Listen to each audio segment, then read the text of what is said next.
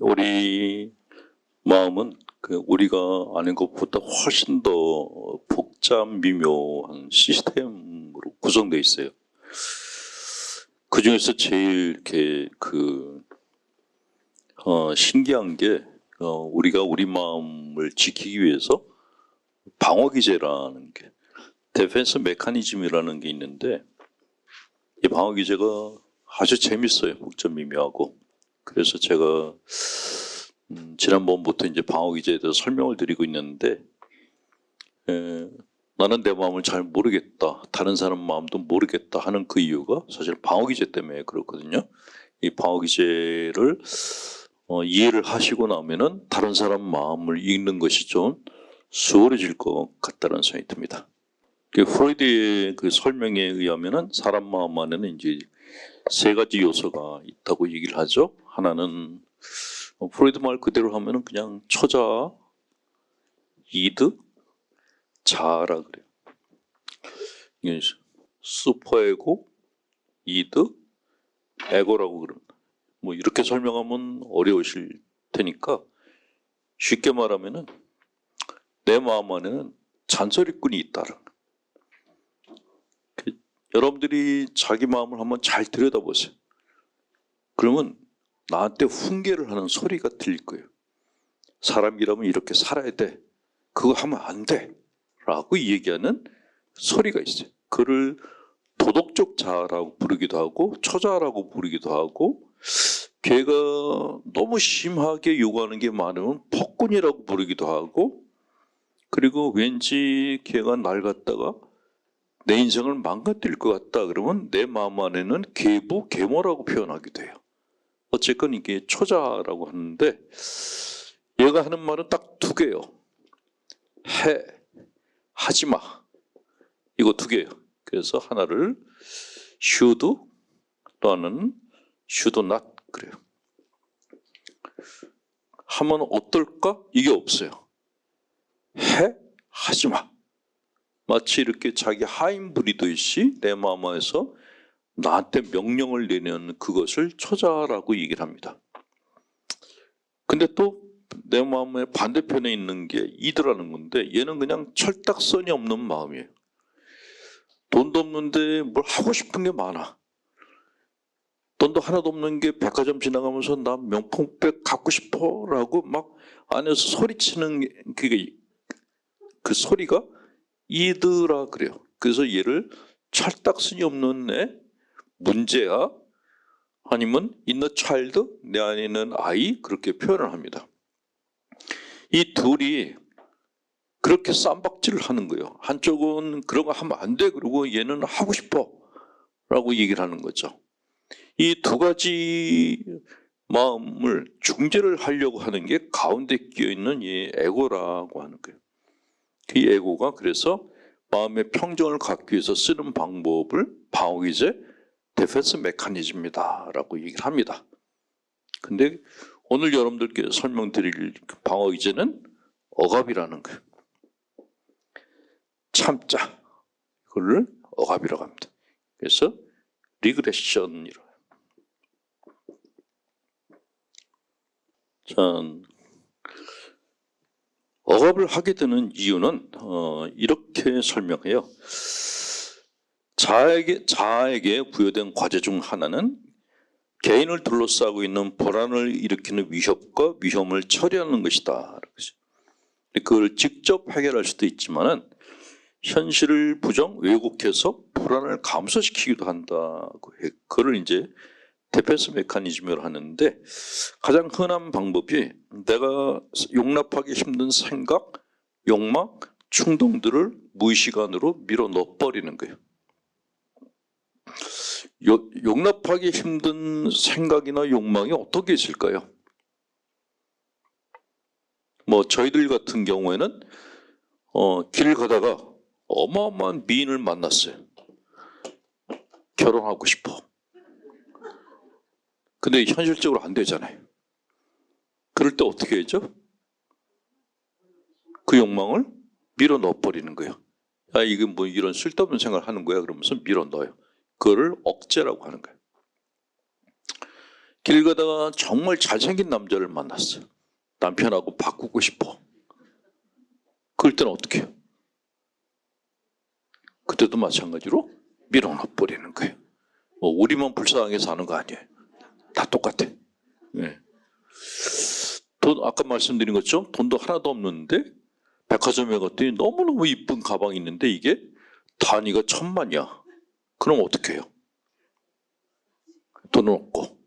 그러면 갖고 싶은 충동을 눌러버려야 돼. 예, 그걸 억압이다라고 얘기를 해요. 자, 사람 마음 안에는 이렇게 이런 세 가지 요소도 있는데 또 다른 면이 어떤 게 있냐면 사람 마음이 의식과 무의식으로 돼 있다라고 설명을 드린 바 있습니다. 자, 프로이드는 인간의 의식은 빙산의 일각이고 밑에 있는 무의식은 빙산의 일각 밑에 있는 물에 잠겨 있는 거다 그랬는데 그건 아니고 무의식은 사람 마음 안에는 거대한 바다, 어마어마한 바다예요. 근데 이 의식이 하는 일이 뭐냐? 외부에서 어떤 정보가 주어져요. 그거를 의식이 가리는 거예요. 이 생각은 해도 돼, 이 생각은 하면 안 돼. 내가 뭘 갖고 싶어, 그거 안 돼. 그러면은 얘가 그 생각을 억압을 하는데 억압한다는 게 어디다가 억압을 하냐? 여기다가 그래. 이걸 억압은 버리는 거예요. 내 머릿속에서 허용되지 않는 것들을 다 무의식에다가 갖다 버려버리는 거예요. 그래서 인간의 무의식 안에는 온갖 잡동사니 쓰레기 같은 것들이 가득하다라고 그렇게 얘기를 합니다. 가끔 사람의 마음은 뭐 명경지수와 같다라고 얘기하는 분들이 있는데 사람의 마음은 정확하게 말하면 진흙탕하고 비슷해요. 기분이 좋을 때는 마음이 되게 맑은 것 같은데 사실 인간 마음 그 바닥으로 내려갈수록 거기에 쌓여 있는 것들이 굉장히 많아요. 내가 살아오면서 포기해만 됐던 것들, 허용될 수 없는 생각들이 다 버려져서 거기서 다 쓰레기처럼 쌓여 있어요. 지킬박사 하이드라는 그런 소설이 나왔었는데 이중인격자를 말하는 거죠. 낮에는 박사인데 밤이 되면은 그냥 괴물이 되는 거예요. 그걸 소설로 쓴 사람이 참 대단하다는 생각이 드는 게 우리 모두는 다 이중적이에요. 사람들 앞에서는 예의 바르고 반듯하게 보이고 호인으로 보이고 그렇지만 나는 나를 알아요. 내 안에 얼마나 엉망진창인 세계가 있는지 나는 알아요. 근데 이건 꼭 애들이 자기 친구 만나러 나갈 때는 말짱하게 화장하고 나가는데 자기 방에는 온갖 쓰레기를 다 버린 거하고 똑같다고 보시면 돼요. 우리 마음 안에는 누구나 다 쓰레기들이 다 있어요. 그걸 없는 척하고 살는 게 그게 안 좋다라고 그렇게 얘기를 하죠. 자, 내 안에 있는 이런 쓰레기들은 언제 보이냐? 기도할 때 주로 많이 보여요. 분심이라는 형태로 계속 떠오르거든요.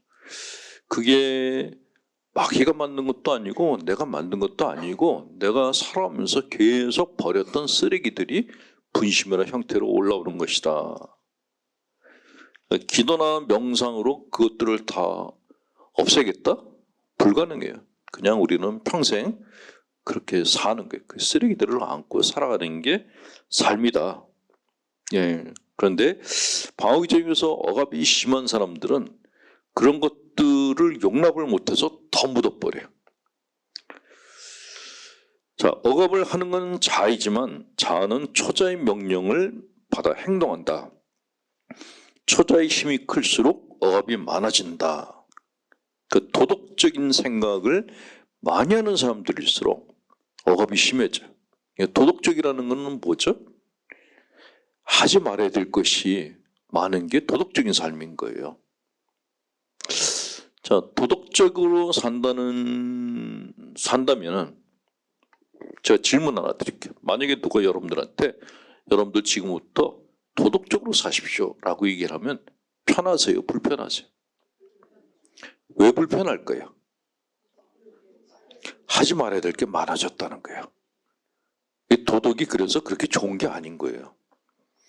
다른 사람들과 함께 살기 위해서 하나의 룰로서 도덕은 필요한데 이 도덕이 너무 많아지게 되면은 내가 거기에 갇히게 돼요.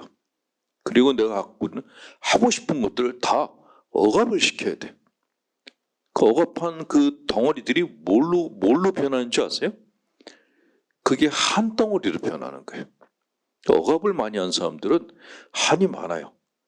그래서 죽어도 하늘로 못 올라가고 원귀가 돼가지고 구천을 헤매고 다니는 거예요. 그러니까 우리가 보통 원귀라고 하는 사람들이 억압이라는 방어기제를 많이 썼던 사람들이에요. 예.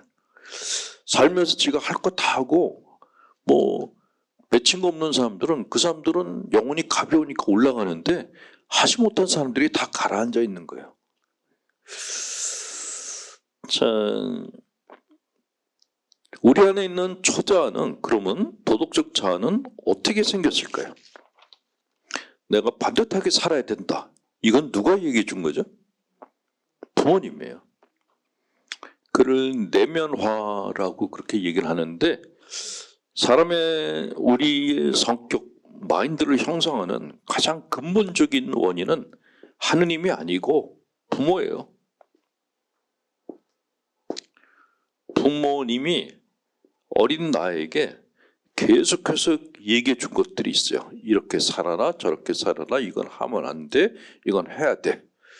윤리적인 얘기들을 굉장히 많이 하셨어요. 도덕적인 도덕률에 대해서 굉장히 많이 얘기하셨는데 내가 나이를 먹어서는 그것들을 들을 수도 있고 거부할 수도 있어요.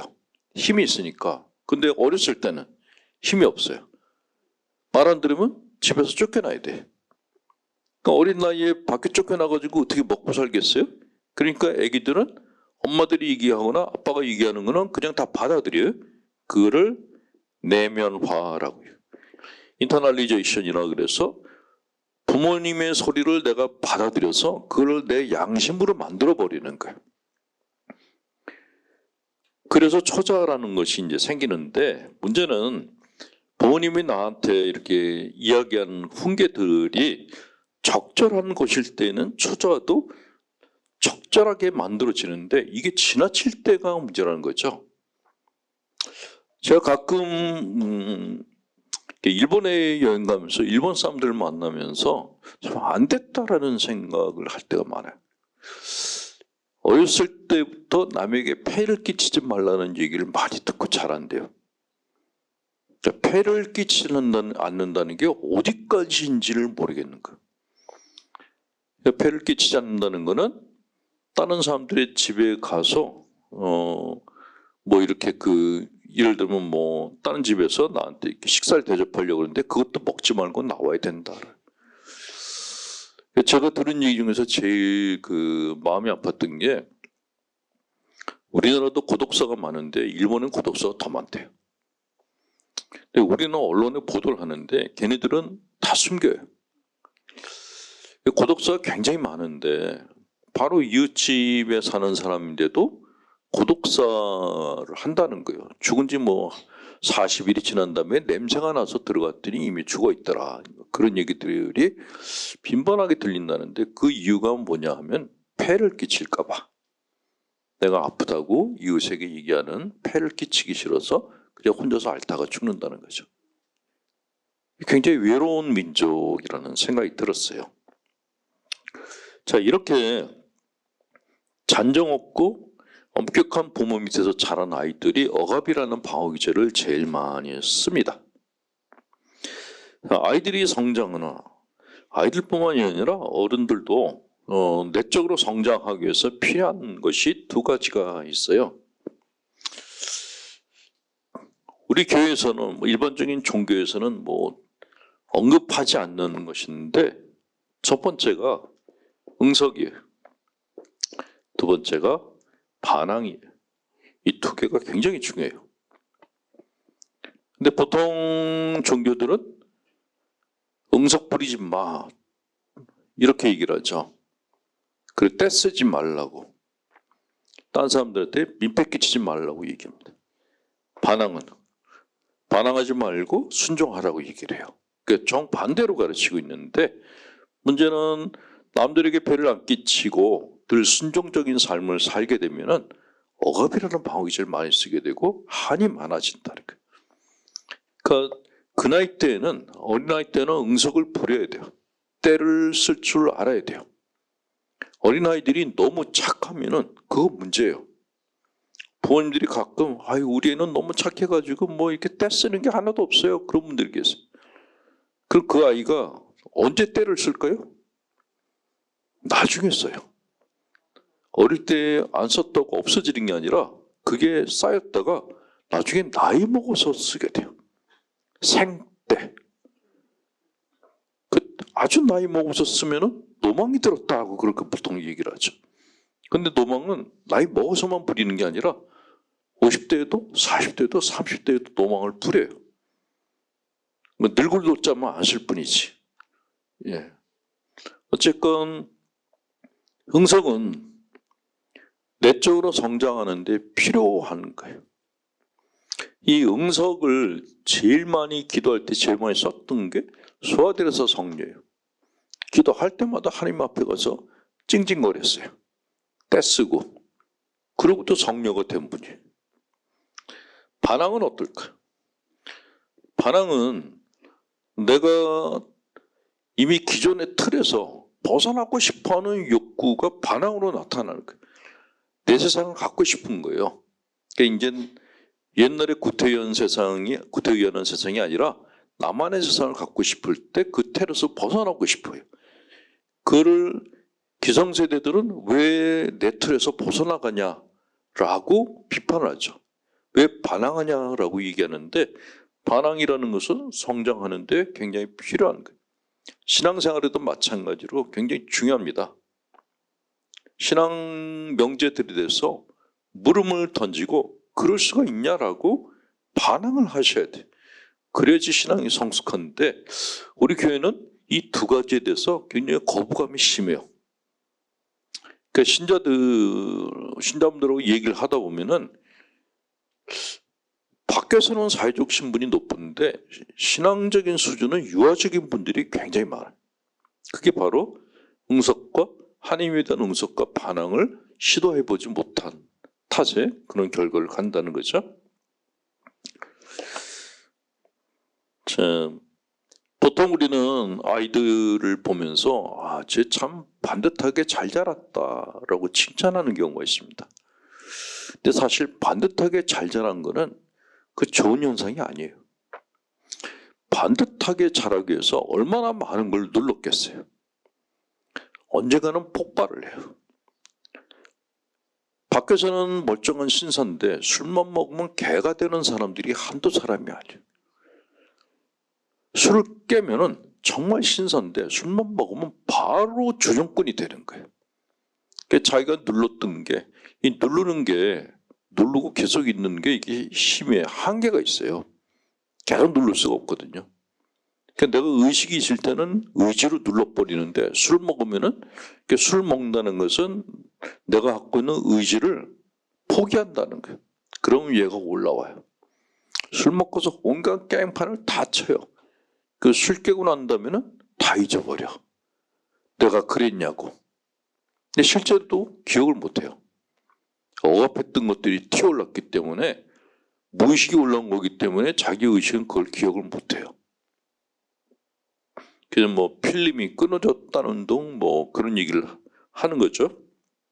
특히 반듯하게 사는 사람들이 집안에서 가정폭력을 일으키는 경우가 굉장히 많다고 합니다.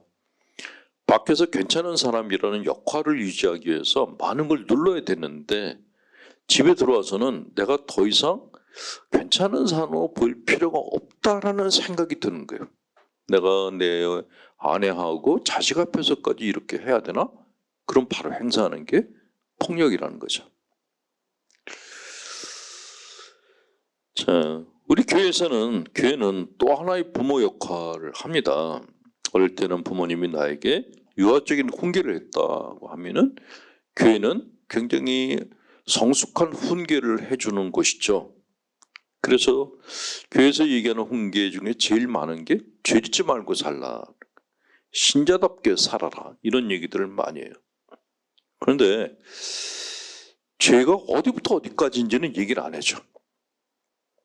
그러면 나 혼자서 죄에 대해서 죄의 세목을 만들기 시작해요. 내가 스스로. 그럼 내가 만든 세목에 내가 스스로 가둬요. 가톨릭 신자분들이 굉장히 경직된 그런 현상을 보일 때가 많다라고 얘기를 해요. 천주교 신자들은 참 착한데 재미가 없어. 천주교 신자들은 굉장히 고지식하고 성실한데 같이 놀기는 피곤해. 이런 얘기들을 많이 해요. 그 이유가 뭐냐? 죄짓지 말아야 된다라는 그 도덕적 훈계 때문에 죄를 짓는 곳에는 가고 싶어하지 않고 죄를 지을 만한 행동을 하지 않으려고 너무 억압을 하다 보니까 그런 이야기를 듣게 된다라는 것이죠.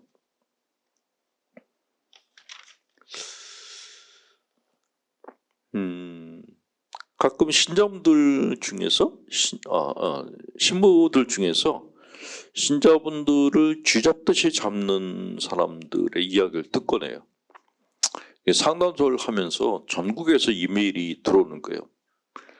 착한 본당 신부와 진상 신부 양쪽 게 다 오는데 딱 대조적인 거예요. 진상 신부들의 특징은 본인이 진상이라고 생각하지 않아요. 본인은 자기는 굉장히 괜찮은 신부라고 생각하고 있다는 게 공통점이에요. 미사 시간이 늦었다. 어떻게 주님 앞에서 기도하는 시간인데 미사에 늦게 올 수 있느냐. 문 닫아라, 장갑 버려라 라고 외치는 신부들이 지금도 있대요. 영성체 때, 영성체로 나올 때 연세 드신 분들은 이게 왼손이 윈지 오른손이 윈지 헷갈릴 수가 있어요. 할머니들은 나오면서 왼손 오른손 왼손 오른손 그렇게 나와요. 영성체 막 하려고 그럴 때 또 바꿔. 그러면 그냥 연세 드셔서 그런가 보다라고 하면 되는데, 제가 받았던 이메일 중에 하나가 본당 신부님이 손바닥으로 내 손바닥을 후려쳤다. 그런 것들도 올라오는 거예요. 그래서 손을 잘못 올렸다고 본당 신부님 내 손바닥을 때리면서 영성체 받을 준비가 안 됐다. 그래서 성체를 안 줬다는 거예요. 그게 너무너무 마음이 아픈데 내가 손을 어디로 해야 될지도 몰라서 실수한 게 그 본당 신부한테 손바닥을 맞은 것보다 손이 어딘지를 몰랐다는 자기 자신에 대해서 더 많이 질책을 하고 있다는 거죠. 그 신자분이 질책하도록끔 그 신부가 가르친 거예요. 교회에서도 난리 날 때가 많죠. 교회에서 제대로 고백 안 했다고 소리치는 놈에, 신자가 어떻게 그런 죄를 짓고 사냐고 난리치는 놈에, 고백을 그따위로 하냐 그러면서 교회에서 문을 열어가지고 신자들 끄집어내는 놈의 별의별 진상들이 아직도 수두룩하세요. 근데 이거보다 더 진상들은 이제 지옥 얘기하는 신부들, 지금도 지옥벌 얘기하면서 신자들을 공포신앙으로 몰아넣는 그런 분들이 적지 않게 많다라고 얘기를 합니다. 자, 이런 신부들 밑에서 몇 년 지내면은 생기는 게 억압이에요. 다 참아버리는 거예요. 문제는 모든 걸 다 죄라고 생각하고 억압을 하게 되면은 나중에 망상이란 게 생기기 시작해요. 이 망상이 조금 더 가면 이제 조현병으로 이제 접어 들어가는데, 그때쯤 되면은 기도만 하면 하나님이 보이기 시작하는 거예요. 눈만 감으면 뭐가 들리기 시작해. 계시가 들리기 시작해. 이런 환청과 환시가 시작되는 건 사실 조현병 현상인데, 내가 특별히 선택받은 사람이다라고 착각하는 분들이 굉장히 많으세요. 억압이 좋지 않은 방어기제다라는 거죠. 자, 그럼 억압과 억제는 또 어떻게 다른가 설명을 드려야 될 것 같은데, 억제라는 게 있어요.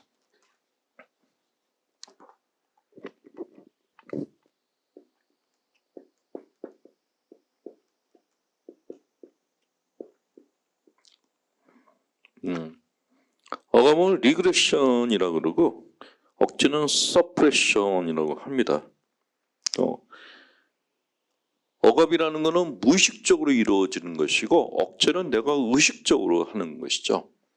억제를 우리는 이제 절제다라고 그렇게 얘기를 하죠. 억압하고는 다른 거예요. 억제는 의식적으로 미루거나 피하는 것, 불편함을 줄일 수 있어서 하는 것. 예를 들면은 전화가 오는데 왠지 내가 싫어하는 사람이 전화를 했을 것 같아. 그때 전화 받고 싶은 충동을 딱 잡는 것. 그걸 억제라고 얘기해요. 살이 빼고 싶은데 앞에 먹을 게 맛있는 게 있어. 그때 내가 저걸 안 먹으려고 애쓰는 거, 그걸 억제라고 해요. 억압이 아니고 억제라고 합니다. 그래서 억제는 성공적일 때는 본능적 욕구나 금지된 욕망이 노골적으로 표현되는 것이 방어되므로 사회적 도덕적으로 잘 적어가는 생활이 가능해진다라고 얘기를 합니다. 그 절제하는 사람들 있죠. 그 소위 몸짱이라는 사람들 보면은 그 먹는 거 보면은 정말 와 저렇게 먹고 살 수 있는가? 맨날 닭가슴살만 먹어요. 아니 몸을 하나 만들려고 음식의 맛을 포기를 하고 산다는 게 도무지 이해가 안 되는데 어쨌건 그렇게 절제를 해서 몸을 만들어요. 예. 이거는 수도자들도 마찬가지거든요. 수도자들은 억압보다는 억제를 많이 하는 사람들이죠. 예, 가난하고 가난, 장결, 순명 세 가지 서원이 다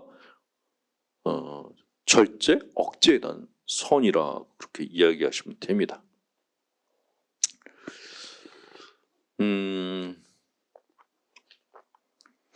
혹시 시선 억제라는 말 들어보셨어요? 이거는 이제 주로 이제 신부들한테 많이 있는 건데 신학교에서 이렇게 남자들하고만 살다가 본당에 나가면은 왜 그렇게 이쁜 여자들이 많아요? 이렇게 보자 신부가 첫 본당 나가면은 그냥 정말 이렇게 다 미인들인 거예요. 근데 그럴 때 눈을 어디다 둬야 될까요? 강론을 해야 되는데 눈을 어디다 두고 해야지 될까요? 자, 여러분들은 어떻게 생각하세요? 본당 신부가 강론할 때 누굴 쳐다보고 했으면 좋겠어요? 신자들을 어떻게 쳐다보죠? 누구처럼 도리도리 하라고요?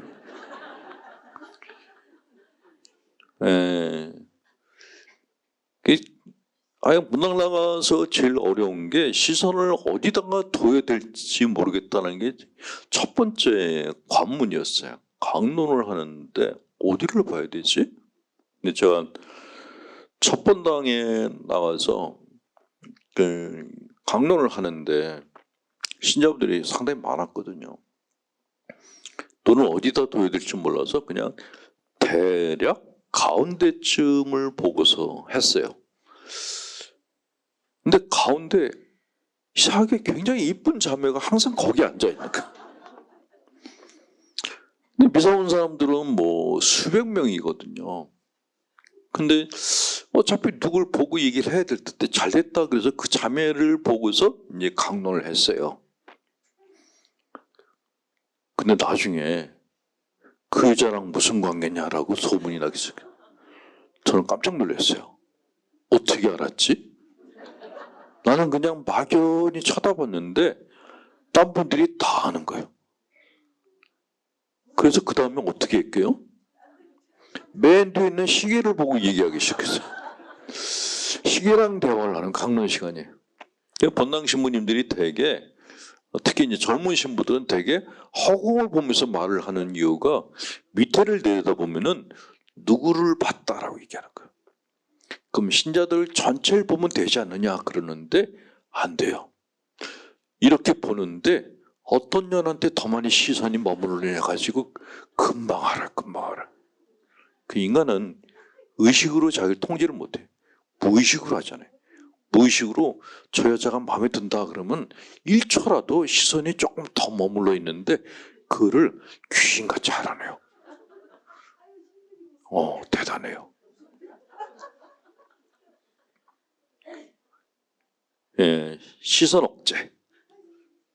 그러니까 훌륭한 신부 소리를 들으려면 시선을 억제를 잘해야 되는 거예요. 너무 힘들어요. 그래서 본당 신부들이 나이가 들면 다 사팔뜨기가.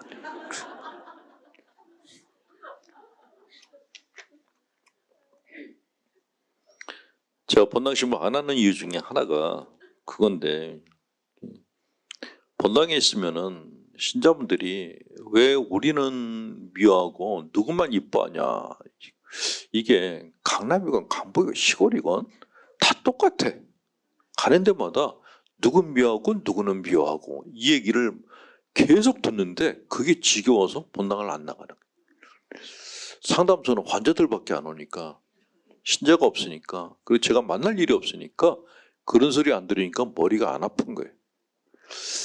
밥을 먹으러 가도 밥을 먹는 게 아니에요. 만약에 한 단체하고 밥을 먹었다, 그럼 다른 단체하고도 다 같이 밥을 먹어야 돼. 근데 내가 이 단체하고 밥을 먹는데 밥을 얼마짜리 먹었어? 거기 가가지고 김치찌개가 맛있네요. 그렇게 먹으면은 그다음 다른 단체도 다 김치집에 가야 돼. 누구하고는 김치찌개 먹고 누구는 다른 거 먹고 이러면 또 난리가 나요. 그 본당 신부들은 정말 본당 생활을 즐기는 신부들 보면은 정말 존경스러워요. 제가 제일 가장 존경하는 본당 신부가 있는데 제 후배예요. 굉장히 시끄러운 본당에 본당 신부를 갔어요. 강의 요청을 해서 갔는데, 야, 여기 말 많은 동네인데? 물어봤어요.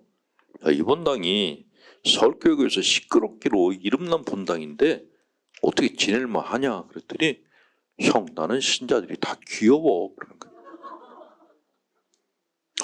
네가 성인 신부다 그랬어요. 네.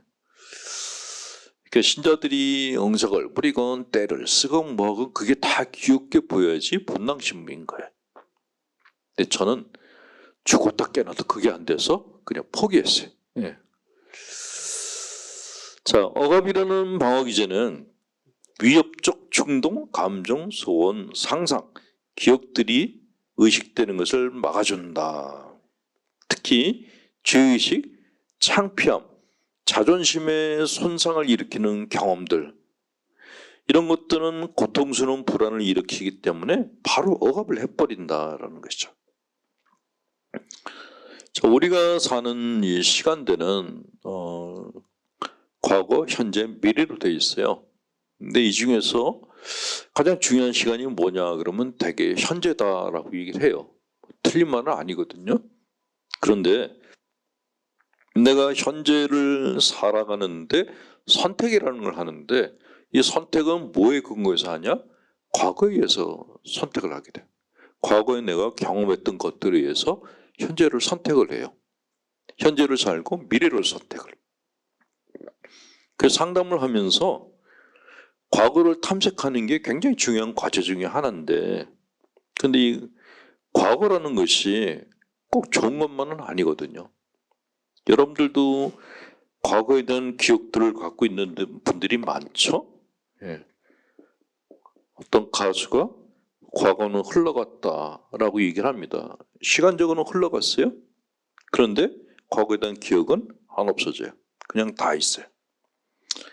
과거에 대한 기억은 첫 번째로는 좋은 기억이 있어요. 이 좋은 기억을 우리는 추억이다라고 얘기해요. 추억은 우리가 삶을 살아가는데 굉장히 중요합니다. 사실 현재라는 시간은 정말 화살처럼 지나가요. 지금 현재라고 하지만은 좀 있으면 바로 과거가 돼버려요. 어제 일은 더 먼 과거 돼버렸죠. 그러니까 내가 현재 붙잡을 수 있는 것은 아무것도 없어요. 내가 잡을 수 있는, 내 손에 잡을 수 있는 거는 추억뿐이에요. 행복한 사람은 좋은 추억이 많은 사람인 거예요. 과거를 돌아봤더니 정말 나를 웃음 짓게 하는 그런 일들이 많았어. 그런 분들은 지금 행복해요. 앞날을 생각하면서 행복하다? 그런 분들은 극히 드물어요. 과거를 생각하면서 웃는 거예요. 그래서 예전에 찍었던 사진이나 그림 같은 것들을 버리면 안 된다는 거예요. 시간이 지나면은 내가 갖고 있는 기억력이 한계가 있어서 많은 추억들을 잊어버리거든요. 근데 사진을 들춰보면은 옛날에 굉장히 소중했던 기억들이 다시 살아나요. 그게 현재의 나를 살게 만들어요. 그런 의미에서의 과거는 굉장히 중요합니다. 근데 불편한 기억이 있어요.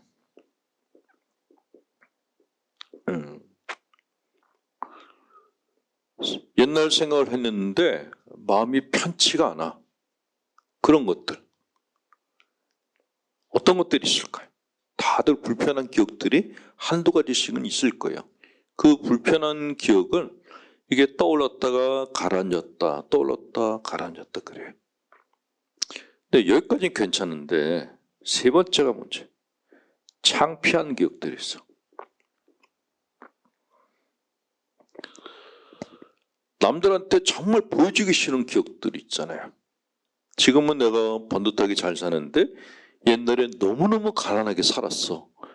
가난하게 살아서 너무나 형편없는 그런 삶을 살았어. 그럼 그거 사람들한테 얘기하고 싶을까요? 얘기하고 싶지 않아요.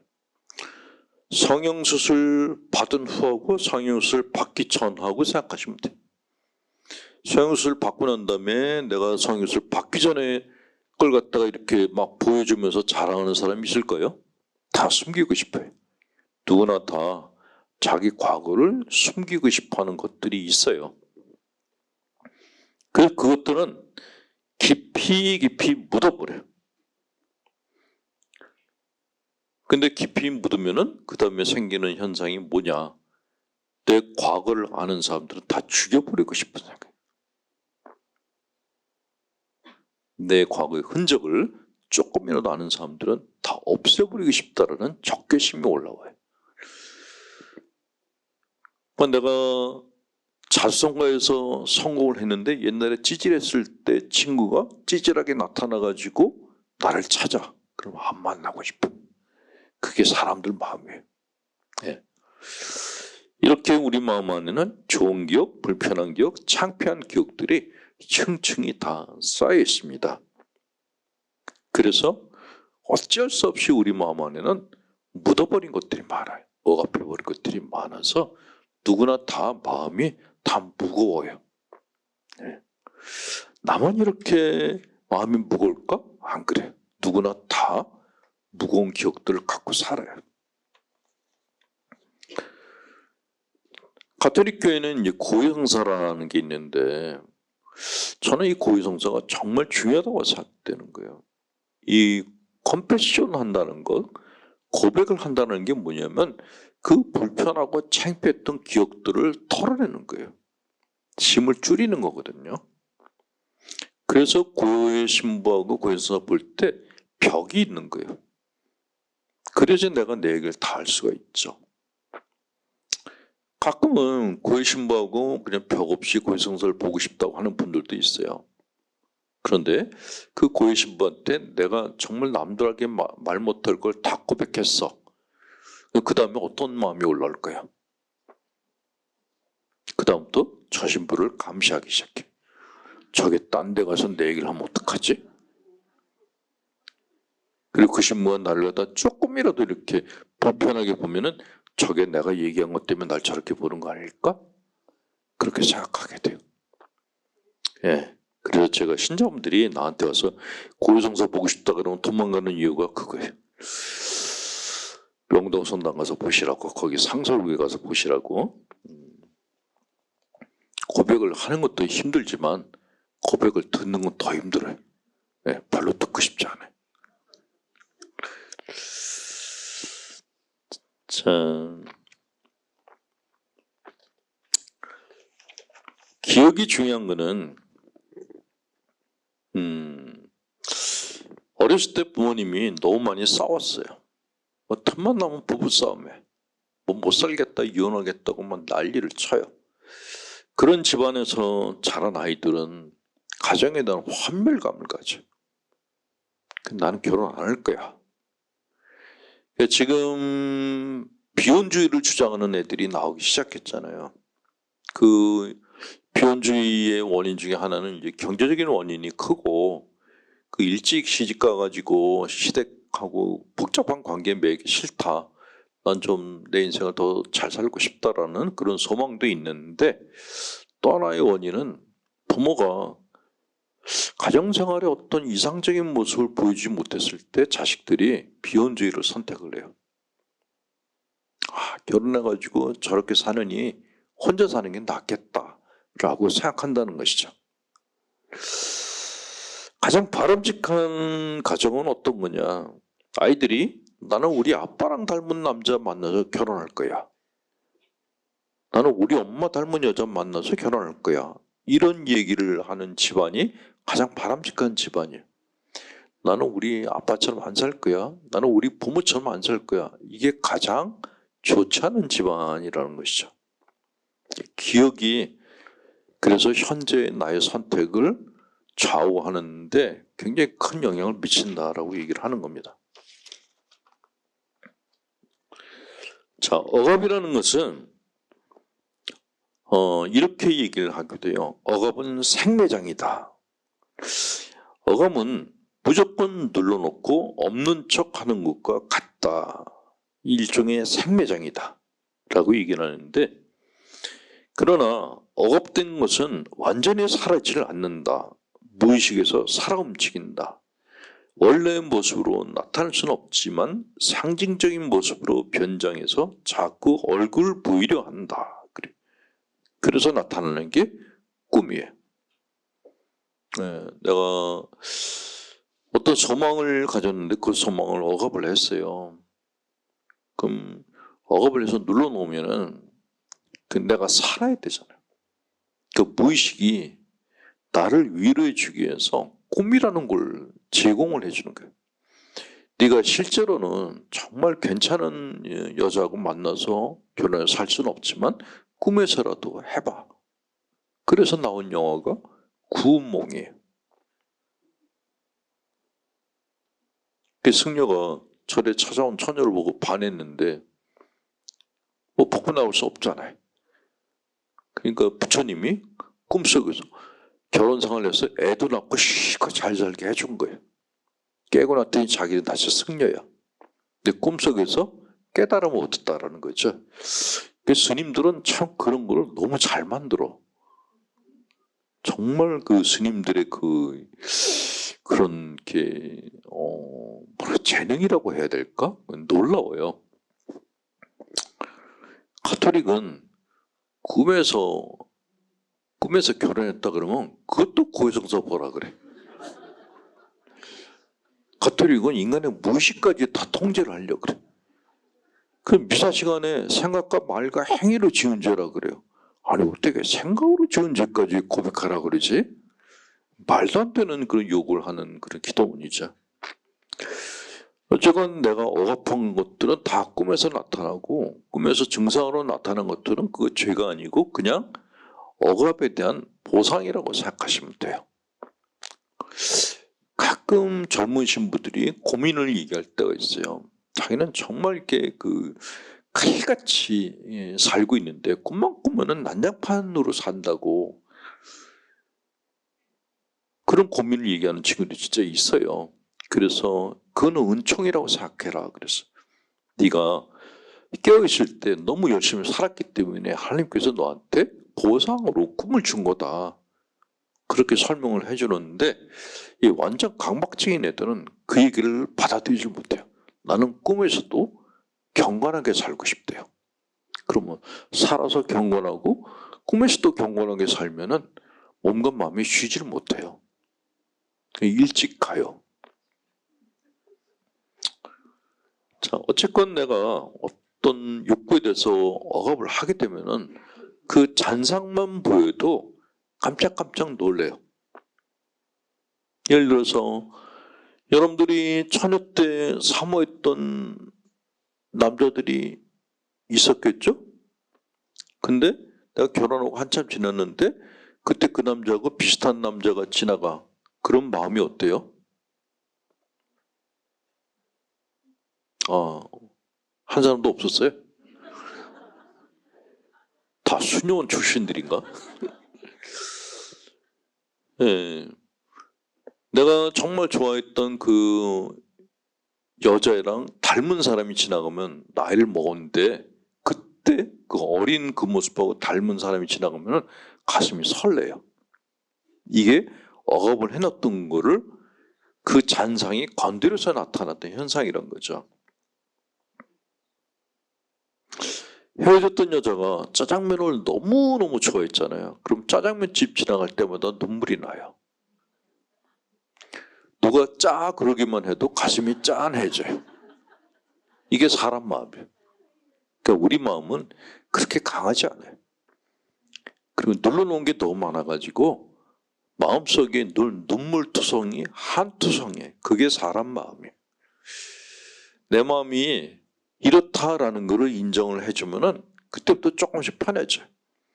내가 왜 이렇게 주책 없이 이런 생각을 하지? 그럼 그때부터 불편해지기 시작해요. 사람 마음은 네가 그때 그걸 못해서 이렇게 힘들구나라고 달래줘야지 편해져요. 윽박지르면 절대로 안 돼. 윽박지르면 더 밑으로 묻어버려요. 그러면 다른 증세가 또 나타나요. 자, 억압이 심할 때 나타나는 증세 중에 하나가 잔 실수를 많이 해요. 예를 들어서 평소에는 멀쩡히 잘 다니는데 갑자기 막 허둥대고 그럴 때가 있어요. 아까 제가 이쁜 여인 얘기했지만 자기가 좋아했던 여자하고 비슷한 여자가 앞에 앉아 있잖아요. 그때부터 말을 버벅거리기 시작하고 갑자기 뭘 떨어뜨리고 갑자기 막 넘어지려고 그러고 그런 일들이 벌어져요. 그게 억압 때문에 일어나는 현상이란 거죠. 그러니까 본당 신부가 여러분들 앞에서 왔다 갔다 하는데 너무나 당당해. 그런 여러분들이 관심 밖에 있는 사람들이라는 거예요. 근데 뭔가 허둥대고 있어. 그거는 여러분 중에 누군가가 그 신부의 첫사랑이 있다는 거예요. 거의 정확해요. 예. 본당 신부님이 강론할 때 막 졸린 듯이 그냥 뭐 강론인지 무슨 뭐 죽인지 밥인지 뭘 강론하는 거는 관심 대상이 아무도 없을 때.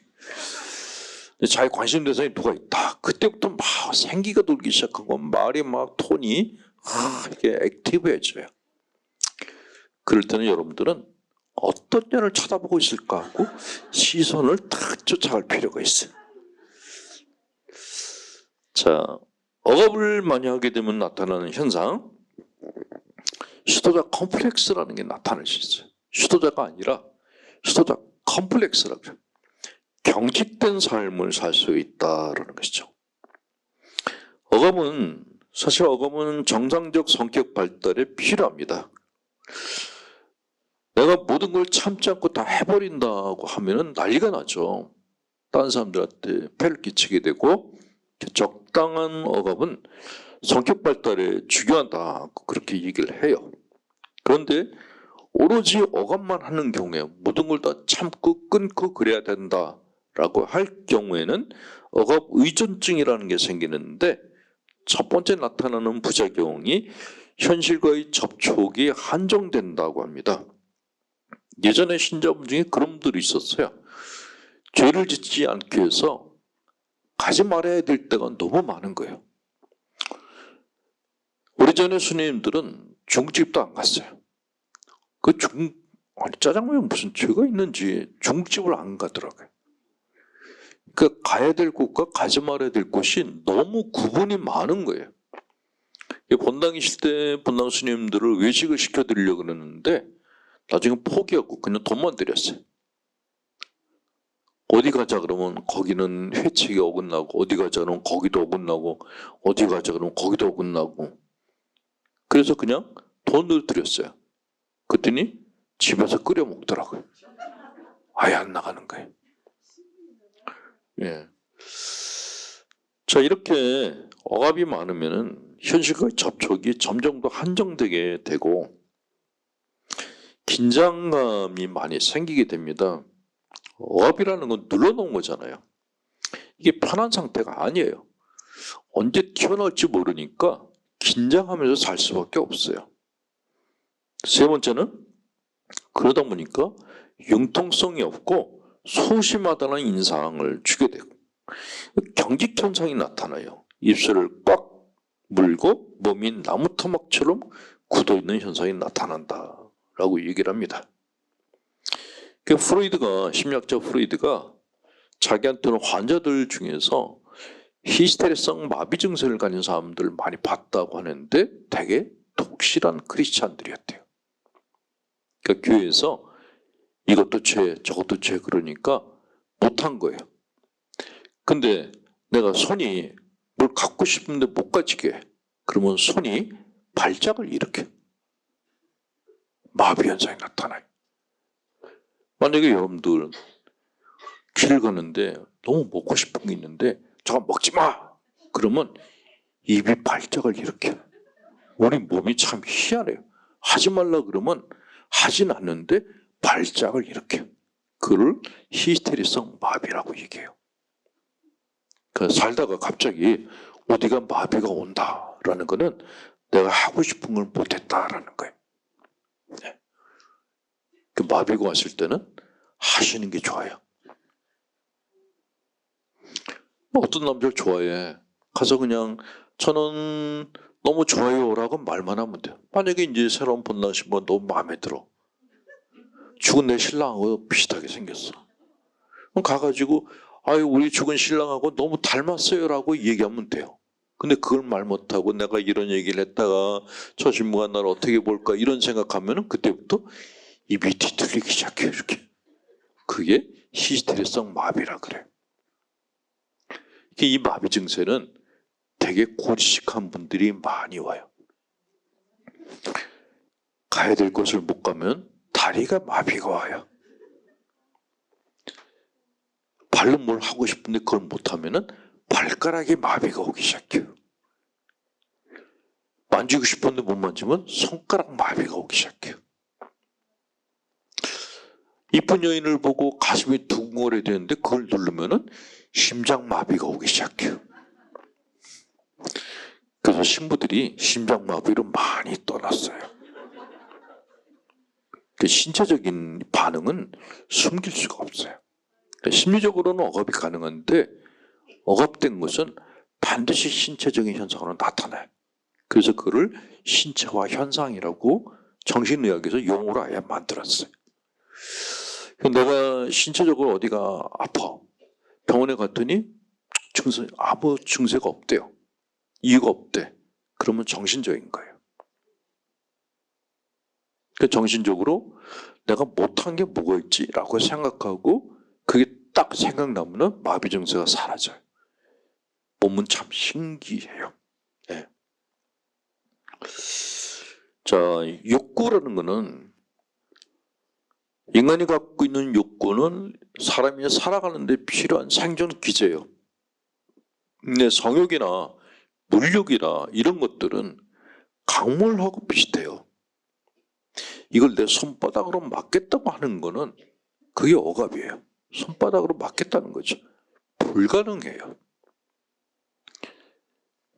불가능한 걸 하라고 재촉하는 게 많은 종교들이 하고 있는 가르침 중에 포함이 되어 있습니다.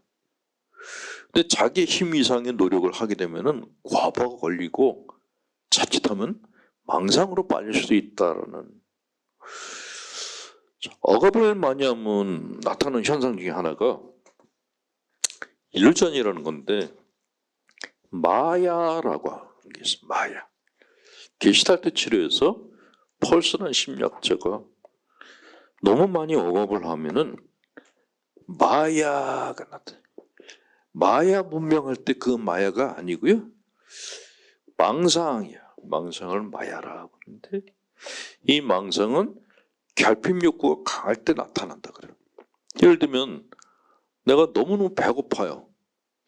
그러면 돌도 빵으로 보이기 시작해요. 그게 망상이죠.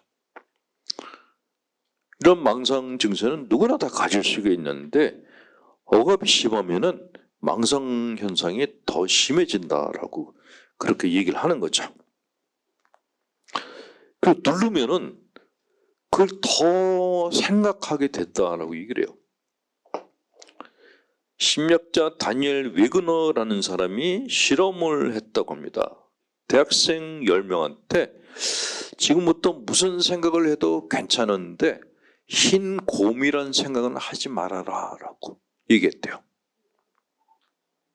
그리고 니네들이 눈을 감고 있는데 만약에 흰 곰이란 생각이 떠오르면 종을 치라고 그랬대요. 근데 뭐 흰 곰이란 단어 생각 안 하는 게 쉬울 거다라고 생각하고 대학생 애들이 눈을 감았는데 눈을 감고 좀 있다가 종을 막 땡땡 치기 시작했대. 사람 마음은 생각하지 말라 그러면 더 생각이 많이 나요. 이게 인간 마음의 구조예요. 하지 말라 그러면 더 하고 싶어. 이게 청개구리 컴플렉스라고 하거든요. 이게 우리들 마음 안에 다 있어요. 아, 마음대로 해. 그러면 시큰둥해. 근데 하지 마. 그러면 더 하고 싶어. 이게 사람 마음이에요. 전에 이런 일이 있었죠. 어떤 어머니가 자기 딸내미가 남자친구가 하나 생겼는데 너무너무 그 남자친구가 마음에 안 든다는 거예요. 근데 딸내미는 그 남자친구 아니면 결혼을 딴 남자는 절대로 안 하겠다. 둘이서 여행 다니고 난리가 났대요. 그러면서 날 보고 절 보고 어떻게 하면 좋겠냐. 그래서 관심을 끊으라 그랬어요. 그냥 둘이 냅두라고. 그랬더니 어떻게 부모가 관심을 안 가질 수 있냐 그랬는데 일단 내가 시킨 대로 하고 1년만 기다리라 그랬어요. 근데 1년도 안 돼서 그 엄마가 찾아왔어요. 둘이 헤어졌대. 왜 헤어졌을까요? 딴 사람들이 하지 마라 그러면 둘이 더 붙어요. 그냥 니들이 붙고 말고 니들 마음대로 해. 뭐 안 쳐다봐. 그럼 그때부터 둘이 싸우기 시작해요. 헤어져요. 원리는 단순해요. 아이들을 훈육할 때 이거 하지 마 그러면 반드시 해요. 하거나 말거나 네 맘대로 해 그러면 안 해요. 신기하죠? 예전에 미국에서 그 음주 단속법이 있었어요. 사람들이 단속을 하는데도 밀주를 만들어서 비싼 술을 사서 다 마셨어요. 근데 그 법이 없어졌더니 술 먹는 사람이 줄었어요. 그게 사람 마음이에요. 지금 법치주의에 대해서 굉장히 많은 얘기를 하고 있는데 법으로 인간 심성을 단속하겠다는 거죠. 이거는 가장 멍청한 생각이에요. 법으로 하지 말라 그러면 더 해요. 불법적인 일. 그냥 무관심하게 두는 게 제일 좋아요. 그러면 나중에 그냥 하고 싶은 놈들만 하고 나머지는 안 해요. 관심이 없으니까. 자, 억압에 너무 많은 에너지를 쓰게 되면은 다른 사람들과 즐겁고 생산적인 상호작용을 할 에너지가 별로 남아있지 않게 된다. 하루 종일 정장 차림인데 잘 때도 정장 차림이라면 어떨까요? 굉장히 피곤하겠죠. 근데 심리적으로 하루 종일 정장으로 사는 사람들이 적지 않아요. 잘 때도 반듯하게 자야 돼. 자다가 이렇게 몸부림쳐가지고 이불이 흩어지면은 짜증을 내는 사람들도 있대요. 근데 그런 사람들은 오래 못 살아요. 에너지 낭비가 너무 심해서 수명이 짧아져요. 되게 그렇게 사는 분들은 대화를 하면은 너무너무 재미가 없어요. 사람을 만나면은 재밌는 사람이 있고 재미없는 사람이 있는데 재미없는 사람들의 특징이 반듯하게 사는 사람들이에요. 너무 지루해요. 밥 먹고 얘기를 하는데 계속 윤리적인 얘기를 하는 거예요. 너무너무 머리 아프게. 근데 너무 정색을 하고 얘기하니까 들어는 줘야겠는데 듣는 게 참 고역인 거예요. 근데 본인은 몰라요.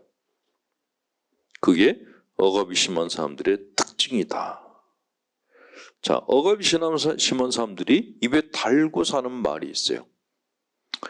문제 일으키지 마. 이 말을 제일 많이 써요. 안전 제일, 중간만 가면 돼. 이런 말은 억압이 심한 사람들이 주로 하는 말이에요. 그런 말을 왜 하냐면 자기가 지금 누르고 있다는, 이 누르고 있는 게 불안하다는 거예요. 자, 억압은 중독성이 있을 뿐만이 아니라 자기 파괴적인 특성을 갖고 있습니다. 그래서 심각한 2차적 문제가 생길 수 있다라고 얘기를 하는데, 욕망을 뿌리치지 못하는 자기 자신을 무의식적으로 처벌할 수가 있어요. 자주 다치는 분들이 있거든요. 그러니까 뭐 음식을 만들다가 다치거나 뭐 가재독을 날려다가 다치거나, 남들은 안 다치는데 유별나게 많이 다치는 분들이 있어요. 그런 심리학에서는 무의식적으로 자기가 자기를 처벌했다라고 얘기를 해요. 의식적으로는 처벌 안 해요. 근데 무의식에서 처벌을 하는 거예요. 또 그런 짓 했으니까 벌 받아야 돼. 근데 이게 이제 신앙생활로 이렇게 옮겨오면은, 지금 이 얘기는 제가 조심스럽게 하는 이유가 뭐냐면은, 신앙생활 하시는 분도 이렇게 생각해요. 물건 날려다가 내가 가만히 있는데 갑자기 그 물건이 위에서 뚝 떨어져거든 내 머리에 떨어졌어. 하나님이 내가 나쁜 생각을 했더니 물건을 떨어져서 벌을 줬다라고 생각해요. 거기까지는 아닌데 어쨌건 무의식적으로 내가 나를 처벌하는 그런 일들이 벌어지는데, 그게 억압이 심한 사람들의 특징이다라고 생각하시면 돼요. 갑자기 눈이 안 보여. 그것도 벌 중에 하나예요. 갑자기 귀가 안 들리고, 갑자기 이가 아프고, 뭐가 갑자기 안 좋은 일이 생겨. 그러면 상당 부분이 무의식이 나한테 벌을 가하고 있는 거예요. 예. 이게 이제 외면상으로 나타나게 된 게 어떤 거냐면 자학적 신앙이라는 게.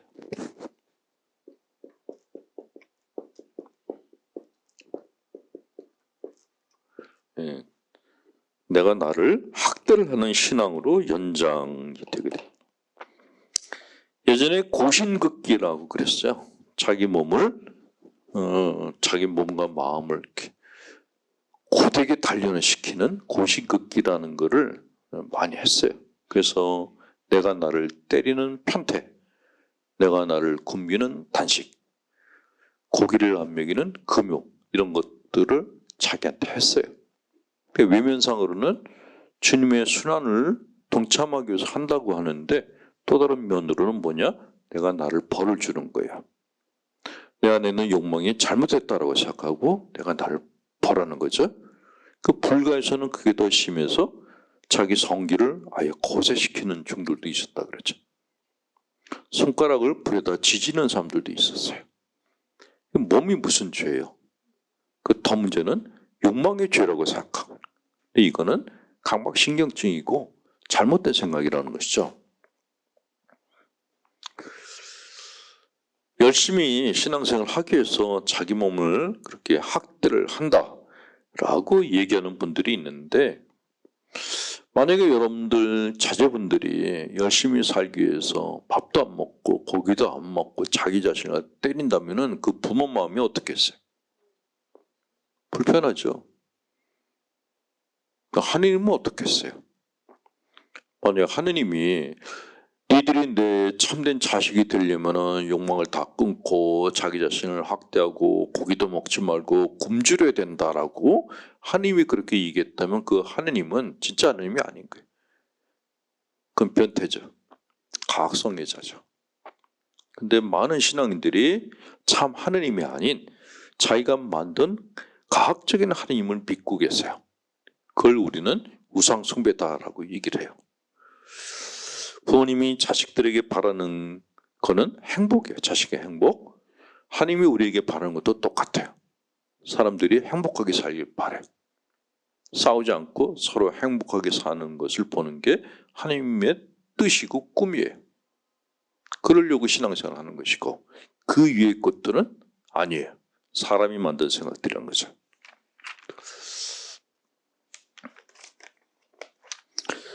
제가 이 부분에 대해서 자꾸 강조를 하는 이유가 뭐냐면 제 강의를 듣는 분들이 신자분들만 듣는 게 아니라 수도자들도 많이 보고 계세요.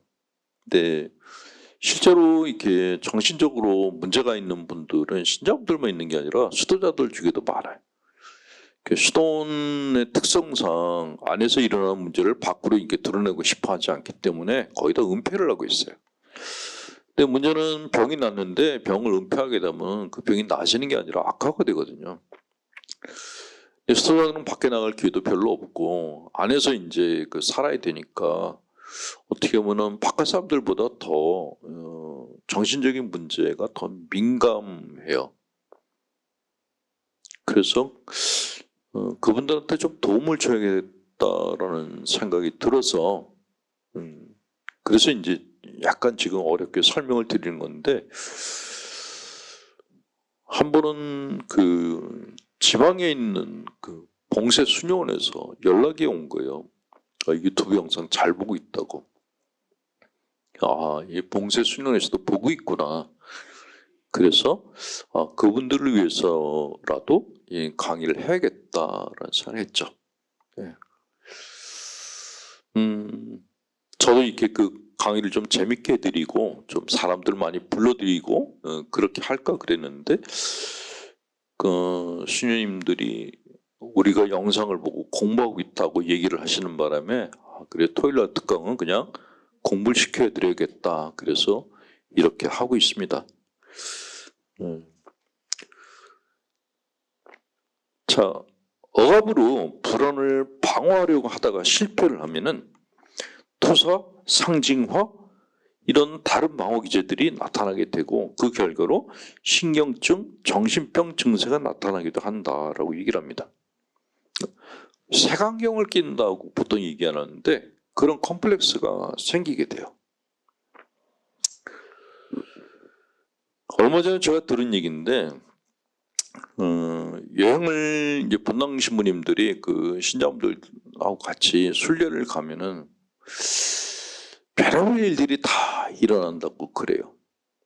근데 그 중에 한 사례를 들었는데 당연히 순례를 가면은 거의 대부분 자매님들만 가죠. 형제님들은 몇 분 안 가시거든요.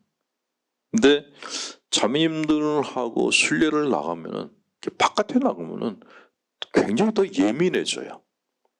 그러니까 저 신부가 누구랑 같이 밥을 먹느냐, 밥 먹는 자리에 굉장히 예민해요. 그래서 저는 보통 순례를 나가면 그래서 팀이 있으면 매일 팀을 바꿔가면서 같이 이제 식사를 하려고 노력을 하는데 그게 잘 안 될 때가 있거든요. 그럼 끝나고 난 다음에 그 뒷말이 많은 거예요. 누구랑만 밥을 2번을 먹고 우리랑은 한 번도 안 먹었다라고. 내 본당 신자도 아닌데. 근데 어차피 저는 제 본당 신자가 아닌 분들하고 가니까 순례가 끝나면 뒷말이 있다가 그냥 사그라들어요. 문제는 본당 신부들이 본당 신자를 데려갔다 오면은 이게 떠날 때까지 말이 떠나질 않는 거예요. 그 중에 이제 유별난 자매가 있었다고 하는데 한 자매가 계속해서 본당 신부한테 트집을 잡더래요. 그러니까 어떤 자매가 본당 신부한테 꼬리를 쳤다라고 계속. 근데 그 얘기를 이제 가이드도 듣고 그래서 가이드도 그 자매를 유심히 봤는데 전혀 그런 기색이 없었대요. 근데 이 자매가 계속해서 저 여자가 본당 신부를 유혹하려고 그런다라고 계속 얘기를 하더라는 거예요. 왜 그랬을까요? 자기가 하고 싶은 걸 못했거든요. 그러니까 다른 사람한테 뒤집어 씌우는 거예요. 이게 억압이 심했을 때 나타나는 부작용이에요. 억압이 너무너무 심해. 그걸 나는 못해. 근데 남이 하는 꼴도 못 봐. 근데 남이 안 했는데도 했다라고 얘기를 하는 거예요. 이런 부작용들이 순례를 나가면은 비일비재하게 나타나요.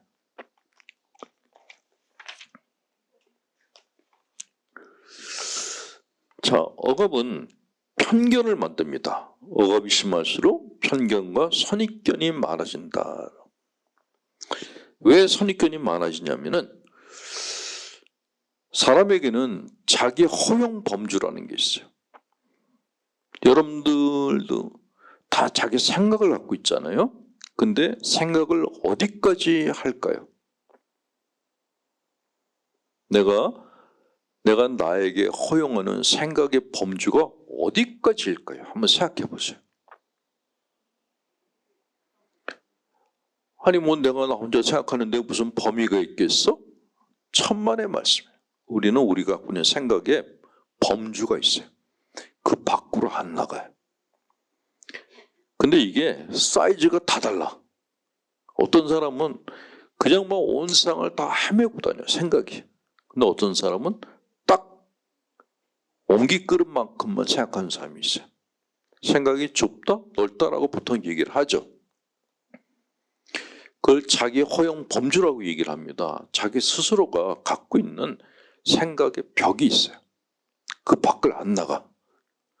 그런데 문제는 이렇게 자기 허용 범주가 좁을수록 내가 허용한 범주 밖에 있는 생각들에 대해서 혐오감을 가져요. 어떻게 인간이 저런 생각을 할 수 있어? 라고 얘기를 해요. 그게 문제라는 거예요. 편견이 생겨요. 그러니까 이렇게 자기 허용 범주가 좁은 사람들이 사람도 차별을 많이 해요. 해외에 나가면은 인종차별을 당하는 경우가 있어요. 저는 미국 동부 쪽에 갔다가 인종차별이라는 걸 처음 당해봤거든요.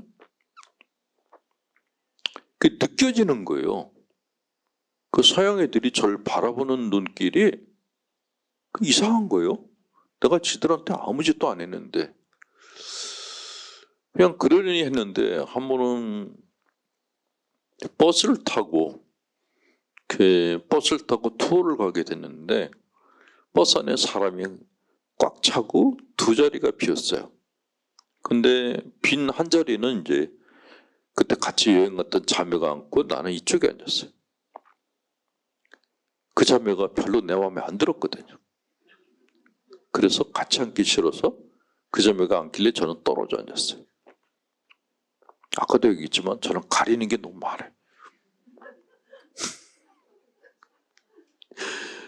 어쨌건 그 자매가 너무너무 싫어서 옆에 오는 것도 싫어가지고 이제 저만치 앉길래 그냥 뚝 떨어져 앉았는데 버스가 출발하지 않고 계속 있는 거예요. 자리가 두 개 비어 있다고. 그리고 이제 그 미국 노인 둘이 탔어요.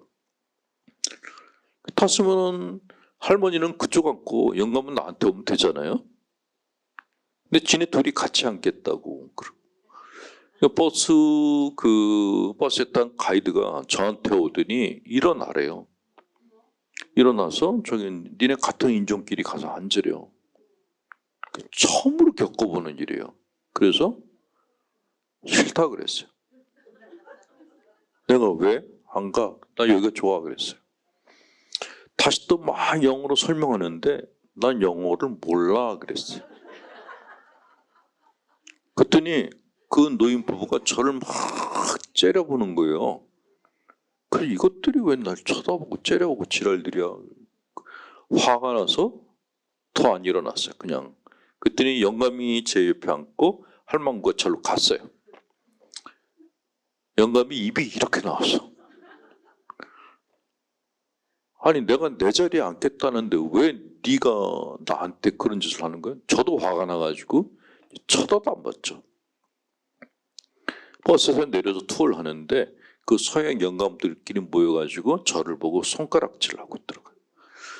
쫓아가서 손가락을 부러뜨리려고 그랬어요. 쌍놈, 아야 이거 욕하면 안 돼. 예. 그러니까 쌍욕이 막 나오고 저것도 가가지고 그냥 다 발로 차버릴까 막 그런 인종 차별이라는 게 이런 거구나. 서양 애들 다 새치기예요. 새치기 엄청 하는데 동양인들이 재치하려고 그러면 집단으로 막 뭐라 그래요. 그 이 자식들 봐라. 처음으로 인종차별을 겪었는데 그런 인종차별을 심하게 하는 애들이 되게 시골에서 그 동네 밖을 나가보지 못한 애들이에요. 그러니까 여행을 많이 다니고 여러 나라를 많이 다닌 사람들은 인종차별을 안 해요. 색깔이 다르다고 사는 게 다를 거다라는 편견이 여행을 다니면 다 깨져요. 그 사람이나 사람은 흑인종이고 황인종이고 백인종이고 뭐 다 비슷하다라는 생각이 생겨요. 피부가 문제가 아니라 인성이 문제다라는 생각이 저절로 들어요. 그러면 차별의식이 없어져요. 근데 동네 밖을 못 나간 애들은 자기들끼리의 선민의식을 가져요. 자기 경계 밖에 있는 사람들은 다 미개인들이라고 생각하는 거예요. 그러니까 근대에 유럽의 선교사들이 동양의 무지한 것들을 선교하겠다고 왔던 거죠. 처음에 생각했던 거는 동양인들은 무식하다는 혐오감을 갖고 왔던 거예요. 그런 건 잘못됐다고 생각하는 거죠. 남미에 가서도 똑같은 짓을 했고, 제가 예수회를 좋아하는 이유가 뭐냐면은 예수회는 학문으로 선교를 하는 단체거든요. 예수회 신부들은 제가 아는 바로는 3개의 문화권을 경험해야지 서품을 받는다라고 얘기를 들었어요. 근데 그 이유가 편견, 차별을 없애려고 하는 거예요. 그러니까 많은 나라 문화를 경험하다 보면은 내 거가 제일이라는 생각을 못하게 돼요.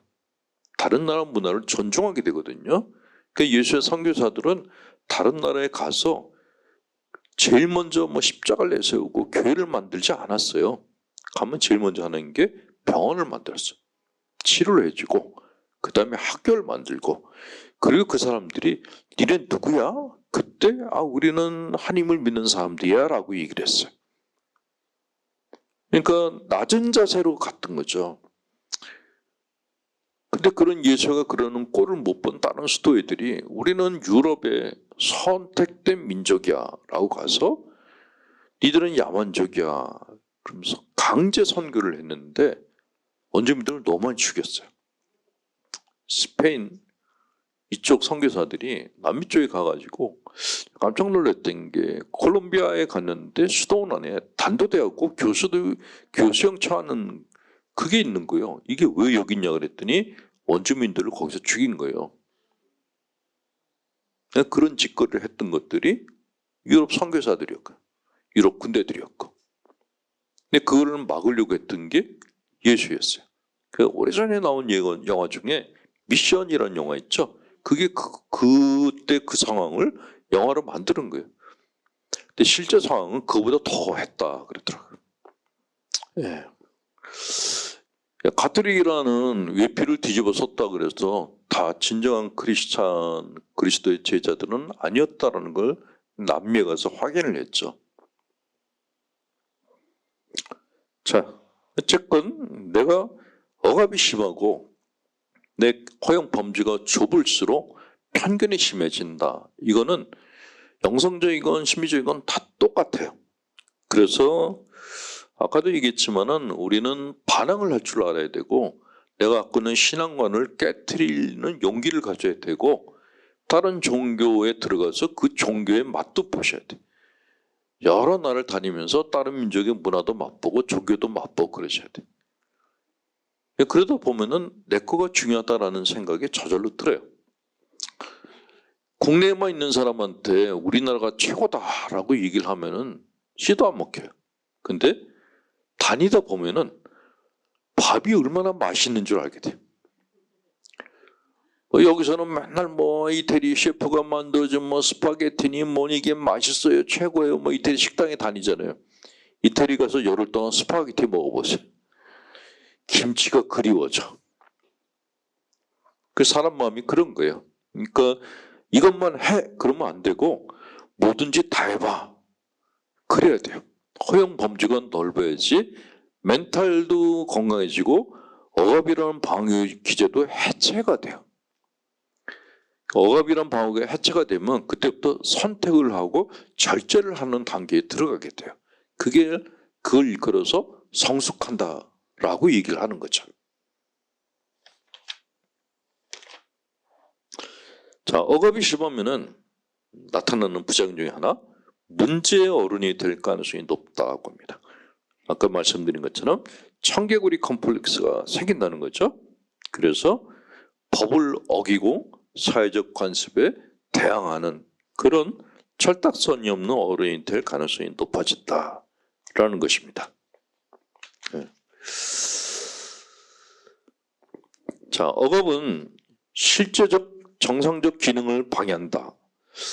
성적 충동을 두려워해서 한 억압은 성적으로 무능하고 냉담해지게 만들고 히스테리성 실명, 히스테리성 마비를 일으키기도 한다.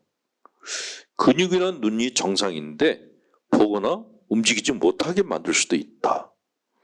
억압은 공격성의 표현 수단인 근육 조직이 퍼져서 고통스러운 긴장 상태를 발생한다. 그래서 생기는 게 만성 관절염이라고 합니다. 또 천식도 억압에 의해서 억압이 호흡계통에 퍼지게 되는 현상이다. 마음이 불안하면 가볍고 얕은 숨을 쉬게 되고 충분한 산소를 받아들이지 못하고 탄소를 밖에 내보내지도 못한다. 그 결과 부분적인 질식, 숨을 헐떡 끄는 현상이 나타나는데 이것이 천식 환자의 특징이다. 또 공포가 소화를 방해할 때는 위궤양이 발생한다라고 얘기를 했습니다. 억압을 하면은 신체에 무리가 가서 여러 가지 신체적인 질병이 나타난다라는 것이죠. 병원에 가면은 정상이라 그래요. 다 신체적으로 나타나는 이런 현상들은 억압에 의해서 생겼다라고 이해하시면 돼요. 자, 억압은 그러면 어떻게 처리가 되는가? 일단 위협의 원인이 소멸되면은 억압은 사라진다. 예를 들어서 독재자가 정치를 하면은 모든 국민들이 억압 상태에 들어가요. 언론도 탄압받고 모든 걸 다 통제를 당해요. 국민들이 억압 상태에 들어가요. 근데 독재자가 없어지면 처음에는 진짜 없어졌을까? 그러다 시간이 지나면서 억압이 풀리기 시작해요. 얼마 전에 TV에 그 피지에 사는 청년들이 우리나라에 이제 놀러 온 그 프로를 보게 됐어요. 피지는 더운 나라잖아요. 근데 이 젊은 애들이 유튜브로 한국을 보고 뭐 준비는 하고 온 거예요. 근데 가장 추울 때 왔어요.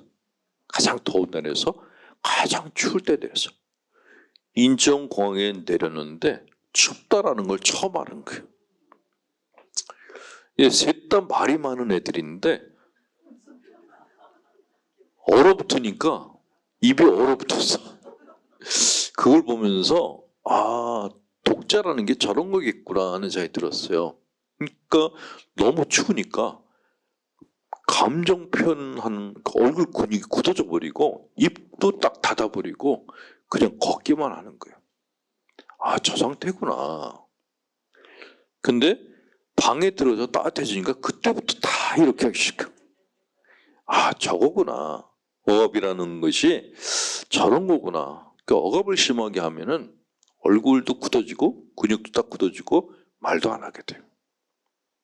억압이 사라지면은 그때부터 수다를 떨기 시작해요. 그러니까 우리가 말을 하기 시작하고 감정 표현을 하고 시끄럽게 떠드는 게 가장 건강한 상태인 거예요. 저는 정말 많은 나라들을 이렇게 여행을 다녔는데 제일 궁금한 게 행복이 뭐지? 다른 나라에서는 어떤 걸 가지고 행복할까? 그게 참 굉장히 궁금했어요.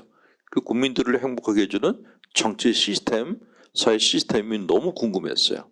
근데 다니다가 시스템 문제가 아니라 그 나라 국민의 행복 지수는 그 사람들의 얼굴 보면 알겠다라는 생각이 들기 시작했어요. 어떤 사회주의 국가를 들어갔는데 국민들 얼굴 딱 보는 순간에 여기는 독재국가구나. 사람들 표정이 한결같이 무겁고 옷 색깔이 한결같이 비슷해요. 검정색, 회색. 그 전 국민이 수도자같이 옷을 입고 있어요. 그 여기는 아니구나. 어떤 나라는 옷 색깔도 되게 중요한 게 옷 색깔이 막 원색이고 막 울긋불긋한 나라들이 되게 자유로워요. 이게 단색으로 가고 무채색으로 갈수록 독재 국가들이 들어. 표정도 옷 색깔도 다 똑같아요. 그 참 신기하다 그랬어요.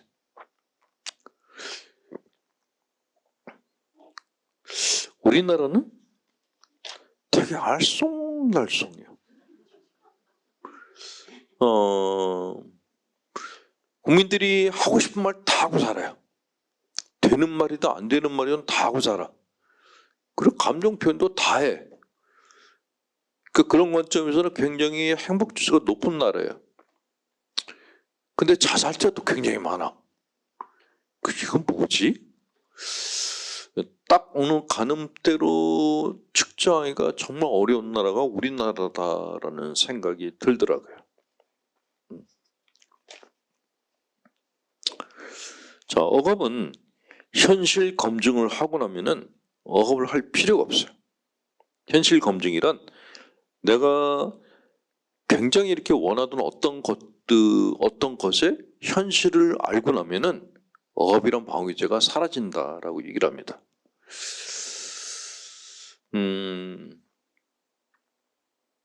결혼하지 않은 신부들은 여인들에 대한 그 환상 같은 걸 갖고 있어요.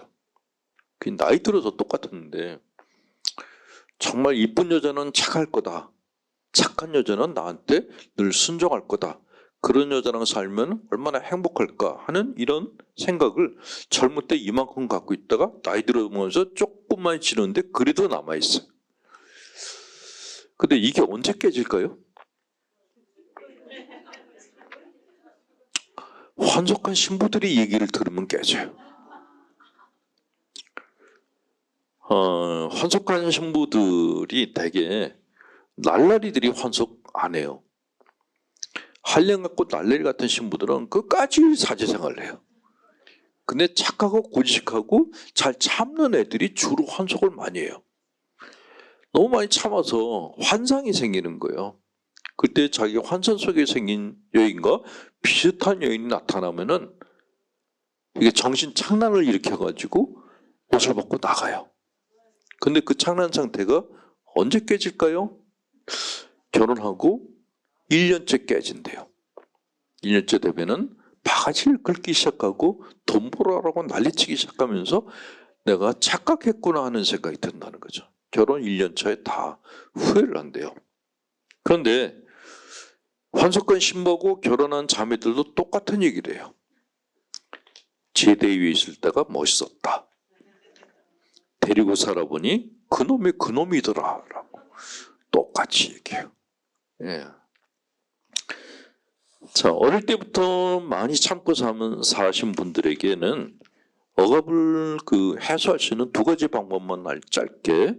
첫 번째는 내가 나에게 허용할 수 있는 범위를 넓혀 주셔야 돼요. 그거 해도 돼. 괜찮아, 한번 해봐. 이런 얘기를 자기한테 많이 해주셔야 돼요. 해봐 그래도 처음부터 확 나가서 하지 못해요. 습관 때문에. 그래도 네가 거기까지 갈 수 있어. 그러면 여기까지는 안 가도 요만큼은 나갈 수 있어요. 그 외출 범위가 조금씩 넓어지게 해주는 게 그게 억압을 해체시키는 방법이에요. 두 번째 방법은 해소시켜주는 거예요. 내가 하고 싶은 욕망을 너무 억압을 하게 되면 힘들어요. 그래서 대체 자원으로라도 욕망을 채워줘야 돼요. 만약에 백화점을 지나갈 때마다 그 명품백을 보는 게 너무 괴로워. 그래서 막 억압을 했어. 그러면 명품백이 꿈에서 계속 나타나요. 이게 불행한 거예요. 그럼 어떻게 되죠? 짝퉁이 있잖아요. 짝퉁이 그래서 만들어지는 거예요. 내가 500만 원짜리 명품백은 못 사지만 홍콩에 가서 5만 원짜리 사갖고 왔어. 아니면 동대문 시장 가가지고 3만 원짜리 샀어. 많은 분들이 그러세요. 그 짝퉁 갖다 놓으면 그게 될까요? 돼요. 사람의 마음이 굉장히 심플해요. 이게 500만 원짜리가 아닌데도 그거하고 똑같이 생긴 짝퉁을 갖다 놓잖아요. 근데 그걸 보면서 착각 현상이 일어나요. 500만 원짜리하고. 그리고 마음이 행복해져요. 저는 여행을 다니면 주로 그 나라 그림들을 구입을 해요. 근데 진품들은 다 비싸. 그때 다행인 게 걔네들이 진품 밑에 복사본을 항상 만들어놔요. 그걸 누가 살까 그러는데 저 같은 사람이 사요. 5불, 10불짜리 사다가 그걸 보면서 대리만족을 하는 거예요. 100%는 아니지만은 그래도 7, 80%는 채워져요. 그러면 억압이라는 이 방어기제도 약해져요. 자, 마지막 결론을 말씀드린 건 사람의 마음은 막 다루시면 안 돼요. 마구잡이로 몰아붙이면 안 되고 달래셔야 돼요. 너한테 내가 500만 원짜리 가방을 사줄 여력이 없어서 지금 5만 원짜리라도 너한테 사줄게라고 말만 해도 내 마음은 풀려요. 다 이해해요. 네가 돈이 어딘데 감히 500만 원이야? 라고 얘기를 하면 얘가 확 뭘 밑으로 내리누르고 나중에 집에서 500만 원짜리 돈을 갖고 튀어요. 사고쳐요. 내 마음이 사고 안 치게 하는 방법은 내가 나를 달래는 거예요. 비슷한 거라도 저렴한 거라도 앞에 갖다 놓고 이거라도 봐라고. 이거는 부부관계도 똑같아요. 만약에 배우자가 꼴딱서니가 피기 싫어. 텔레비에 나오는 잘생긴 남자하고 살고 싶어. 근데 그 남자하고 결혼해서 살 가능성은 제로예요. 그럴 때는 어떡하죠? 그 탤런트 사진을 갖다 놓고 보고. 남편 꼴 보기 싫을 때는 그 사진을 보는 거예요. 이렇게. 그래도 달래죠. 이거는 형제님들도 똑같아요. 와이프가 비기 싫을 때는 총각 때 그 사귀었던 여자들 있죠? 걔네들 사진 꺼내서 보는 거예요. 그거 아직 안 버리셨죠? 안 버리셨어. 예, 그래서 그림, 사진 이런 것들이 중요해요. 예, 우리는 귀로 듣거나 먹거나 이런 걸로도 욕망을 충족하지만은 눈으로 보는 것 많이 욕망을 충족시켜요. 그러니까 내가 여행을 못 갔다? 그럼 그 나라 사진만 봐도 TV로 프로만 봐도 한이 풀려요. 그러니까 내가 갖고 싶은 게 있으면은 너 주책 없이 그 나이에 뭐 그런 걸 갖고 싶어요. 이렇게 야단치지 마시고 비슷한 거라도 갖다가 앞에서 보여주세요. 자기 마음을 달래셔야지 마음이 그때부터 행복해지기 시작해요. 네, 다음 달 강의는 2월 17일 날 오후 3시에 이 자리에서 하겠습니다. 예, 들으시느라고 애쓰셨습니다. 안녕히 가세요. 네.